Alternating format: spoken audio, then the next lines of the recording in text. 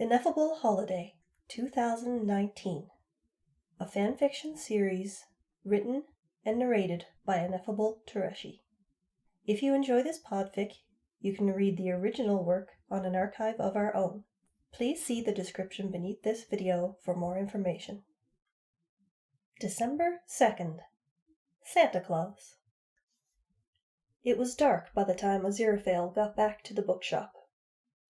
He entered as quietly as he could, using a minor miracle to unlock the door rather than use the clunky, i.e. noisy, old key as he normally preferred.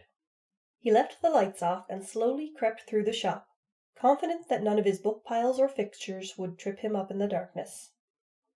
There wasn't a breath of a sound anywhere in the shop, so the angel moved swiftly to the stairs and had one foot raised to ascend when a snap made him stop dead as a fire roared to life in the hearth.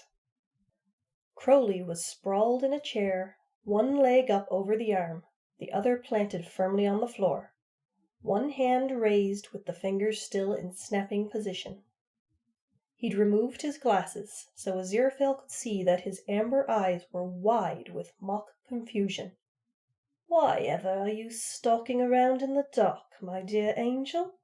he asked, letting his hand flutter over his heart like a delicate damsel. Aziraphale's foot was still hovering above the first step of the stairs. He put it down onto steady ground and tried desperately to work out an excuse. I was His eyes flicked up the stairs, back down to glance around the shop, before finally returning to the demon's pressing gaze. That is... Crowley swung his raised leg back down to the ground with the other and leaned forward, elbows on knees, fingers clasped in front of his face. "Let me help you," he offered. "You were planning to sneak upstairs into bed so that you could later claim you'd been there all along. Maybe drifted off while reading a book, and you were going to attempt this frankly rather pathetic lie because you were hoping it would explain why you've been missing all day." Aziraphale's gaze flicked away from the demons. His hands, entirely free of his own will, began to work around each other, a tell that he was nervous. "I don't know what you're talking about, my dear." He swallowed hard, knowing that there was really nothing he could do or say at this point to save himself. Crowley rose from the chair, casually shoved his fingers into the barely there pockets on his too tight trousers. "You were hoping I wouldn't find out that you've been gone all day, weren't you, Angel?" he said slowly, drawing out the tease in his voice. "You were hoping you wouldn't have to explain what you've been doing all day when you should have been here, running the shop and meeting me for dinner." Aziraphale couldn't meet the demon's eyes. His hands were wringing furiously now. "Yes, well, I am dreadfully sorry about that, but you see..." He was still struggling for an excuse, and none were forthcoming. Crowley took a handful of purposeful steps forward until he was hovering over his angel, leering down with bright eyes that practically glowed in the firelight. "Let me save you the trouble of racking your brain until you have a breakdown, Angel," he hissed. Then, leaning down very close to Aziraphale's ear, he whispered, "I saw you." Aziraphale's eyes popped wide and his face went scarlet red. "You saw?" he stuttered. Crowley's breath was hot on his ear. "Every single detail." Then, absolutely unable to keep up the act any longer, Crowley broke up into fits and howls of laughter, to which Aziraphale responded by pouting miserably. "Oh, don't!" the angel whined, unconcerned by how petulant he sounded. "It was ever so embarrassing." Crowley only laughed harder, slinging an arm around the angel's shoulders so he could weep tears of mirth onto the fussy old dear's coat. After a few positively hysterical moments during which Aziraphale stood poker straight and vibrating slightly with a mixture of mortification and rage, Crowley leaned back and swiped the wetness from his eyes. Aziraphale had set him with a particularly frustrated glare, which only served to make the demon snicker even more. "Oh, come on, Angel," Crowley grinned, positively overjoyed with himself. "You know, red is a very sexy color on you." Aziraphale's eyes narrowed threateningly. "The regular gentleman was terribly ill," he explained through gritted teeth. "I happened to be browsing the toys for gift ideas for the children, and when the shop owner saw me and asked, well, I couldn't just say no." He looked very much as though he wished he had done exactly that. Crowley had doubled over again, his laughter coming out in quiet little gasps of revelry. when that one kid," he gasped, nearly choked, took a few quick breaths, "he yanked your hair." He threw out a hand to steady himself on Aziraphale's shoulder.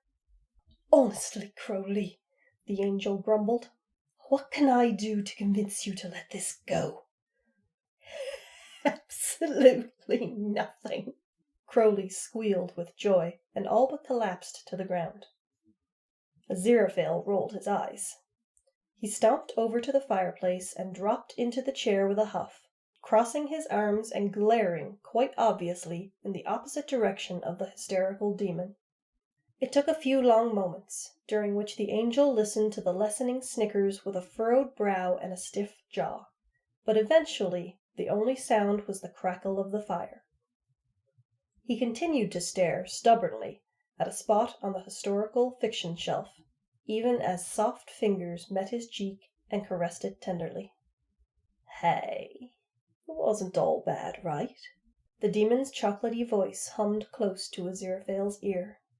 "There was that one girl who only asked for her little brother to get out of the hospital in time for Christmas. Don't even try to tell me you didn't sneak in a little miracle there." Aziraphale's frown softened slightly, but he didn't shift his gaze. Sharp nails dragged feather light down the angel's neck to tug playfully at the tartan bow tie.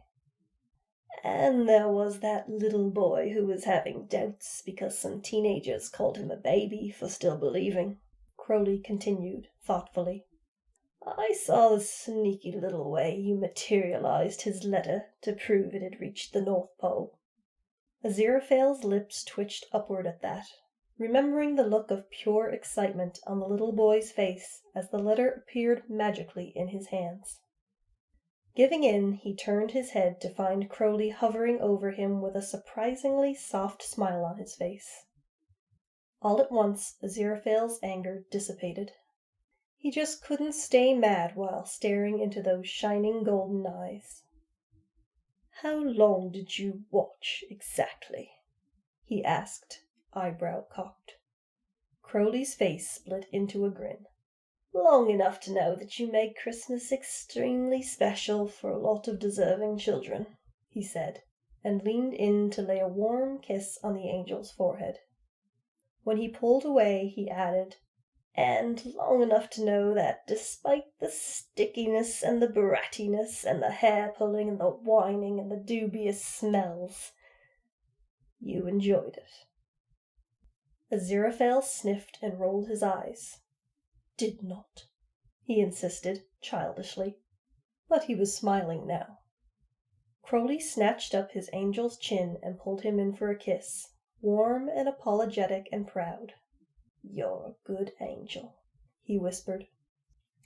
Aziraphale recalled their conversation from the previous day, and felt his breath hitch in his throat for a moment before he was able to steady himself. "Thank you, dearest," he whispered.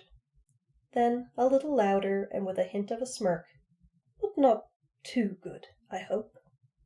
"Of course not," Crowley hissed, and ducked in for another deep kiss.